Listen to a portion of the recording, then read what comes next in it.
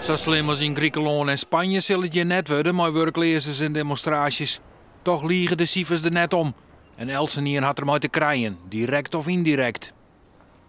U bent werkloos? Ik ben op dit moment werkloos. Ja. Hoe lang?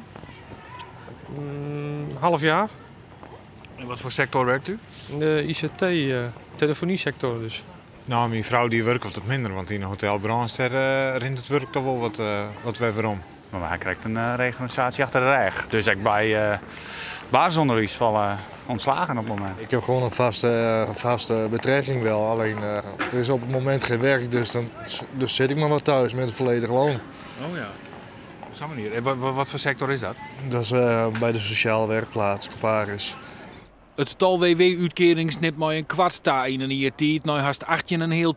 De groei wiekt net een soort af van het landelijke cijfer van 26,5%. De grootste toename is in Gasterloon-Sleert, volgt trouwens Kasterloon en het Beeld. Als je de cijfers van januari vergelijkt met een maand eerder, dan is het in Friesland wel harder gaan als in Nederland.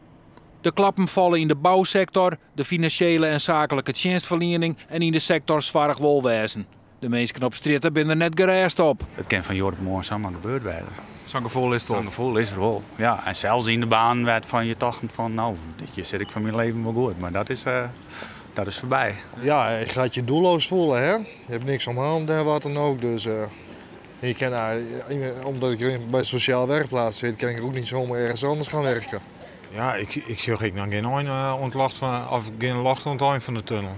Het bloed, twijfelachtig als het weer omlopen gaat, economie. Ja, anders zal ik wat anders moeten. Ja. Dus, ja. Die optie houdt u ook open? Natuurlijk, altijd. Ja.